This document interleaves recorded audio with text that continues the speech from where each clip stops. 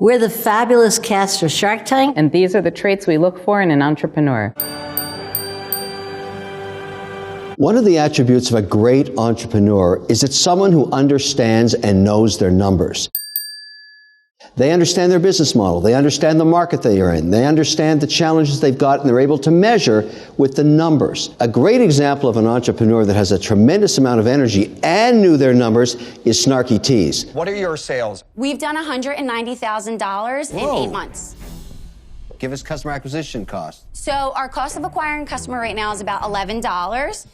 How much is this? So there are 15 sachets in each of our tins, and they're $12.99. That's expensive, though. A K-cup is 66 cents.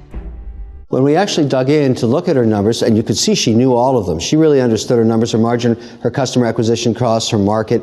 We discovered that the average order was 3 tins. So even though she was paying $11 for customer acquisition, she was basically getting about $40 an order. So she was making money. I invested in that deal along with Bethany Frankel. We made our money back in 90 days because when it aired on Shark Tank, it exploded. But what happens after Shark Tank? Well, Barbara, I like it when I make my money back. After that, I'm betting on the future. We got all of our capital back, and now she's building a brand by reducing the snarkiness. In other words, the large retailers didn't like any swear words or cuss words or anything with sexual overtones. We removed all that, and we started getting retailers like Walmart and others who would take in 2 or 3 different flavors, not the whole line. Entrepreneurs need to be creative. I think the most creative minds come up with better ways to do things or new ways to do things. So creativity is innovation. Creative thinking always is incredibly important to business because you're competing and you want to try to give yourself an edge not only against your competition, but in trying to come up with new solutions for your customers. Someone who inhabits creativity is Scrub Daddy. Here I've got some hot water. Here I've got some cold water. When I immerse the Scrub Daddies in the hot and cold water, a complete transformation occurs. Now, to show you that, I've got 10-pound weights. Here, under the 10 pounds, it's soft and compressible, and that's like a sponge. That's for your general scrubbing applications. But here, check that out. His product is creative, just to begin with. He came in with something that was completely different. Everything about the entrepreneur, the product, and the demo was creative. I love to find an entrepreneur that has chutzpah. My 2 partners that did the Comfy product, which is a sweatshirt that's also a blanket, they had 2 examples of it, no inventory. They didn't know their numbers, but they had the courage to sit there and pitch as though they had gold. And something about those guys, I said, I'm not sure I get the product, but I went for it. All you want is to be warm and cozy, you know. Comfy! Well, that's exactly what the Comfy is designed to solve. Because it's a blanket, it's perfect for lounging around the house in total luxury. And because it's a sweatshirt, it goes with you and keeps you warm wherever you are. Oh my God. It's a fabulous product. Never would have happened if they had waited till everything was in order and came on Shark Tank. No, they came in with just a prototype. That's it. I think it's really important. You need to be a problem solver. Being successful in business is never a straight line. You know, if it were easy and we start a business, then you're immediately successful or eventually even successful, then everybody would do it.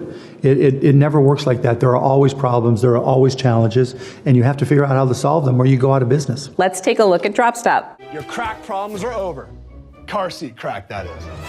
Introducing Drop Stop. The first of its kind, original, patented safety device designed to once and for all block that pesky yet ever so dangerous gap between your car seat and center console. The built-in slot is designed to fit easily around the seatbelt catch like so. Mark was driving and he got distracted because his cell phone fell down into that crack. Mark the entrepreneur. Yeah, Mark the entrepreneur. Yeah, that's right. His phone fell down and he went to grab it and he almost hit a tree and a pedestrian. And he said, there's got to be a better way. Like, I'm going to figure out something that blocks that gap. And so they came up with Drop Stop, and they've done a phenomenal business. I think we're over 40 million in sales. So a successful entrepreneur also has the ability to motivate and work with others.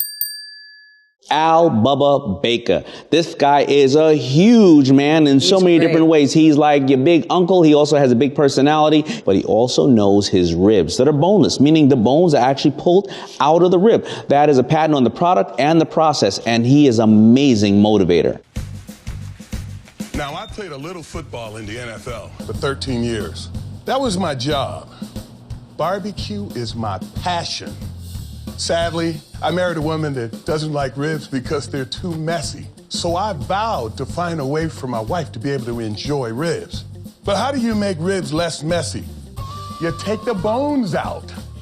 After 20 years, I found the perfect method, and the deboned baby back rib steaks were born. Make no bones about it, Sharks. It's time for some ribs. What a salesman. Wow. He was is great. absolutely He was amazing. great. And we've gone on to do so many things that deal with Carl's Jr., also cruise lines, and he's just an amazing entrepreneur. But he gets to motivate people because, listen, the buyer's going to see a bunch of ribs from so many different people. But when Al Bubba Baker comes in that room and he resonates with them and says, you know what, the best thing behind any great invention is a wife who hates ribs, right? And then he gets them to realize that. And then he also talks about his time on the field. And then by the time it's over, he has them eaten out of his hands. He's a motivator. So you think motivation's the key to good salesmanship? Because that guy could sell you anything. I believe so. You got to motivate your team. Do you want your team coming to the office whether they work for you or with you, and they're like, I don't want to be here. I hate what I'm doing. They're on Instagram the rest of the day. But if they're motivated and they feel like they're part of a movement, people want to feel part of a movement. They want to go out and brag about you when you're not around. Entrepreneurs need to be open to new perspectives and diverse opinions. Look at your workforce. Do they all look like you? Do they look different than each other? Do they have different experiences? It's really about, allowing people to speak up and allowing and encouraging them to speak about their experiences and how they can impact your business. Because all it takes is one good idea. A great example of someone who looks for new perspectives is Alice from Alice's Table. Alice's Table empowers women across the country to launch their own businesses, teaching flower arranging classes. There are brilliant moms everywhere looking for flexible and creative ways to make money and lead in their communities. So Alice's Table was a deal that Sarah and Blakely and I did together. And what's unique about Alice is she goes out and uses flowers and events, an ever-growing number of opportunities to help women create their own businesses. And her business just keeps on growing and growing. If you are successful as an entrepreneur, you end up free, but the sacrifice is immense. You won't be hitting a lot of barbecues on the weekends, and you won't see anybody playing soccer if you have kids, because you're going to be working. I'm sure there's some ugly-looking cut-up sponges that Scrub Daddy put together. Dozens and dozens. One of my favorite sayings is, it doesn't matter how many times you fail. You only have to be right one time. And that's the beauty of being an entrepreneur. Every time you fail, you learn. But if you get it right one time, everybody calls you an overnight success, and you just smile all the way to the bank.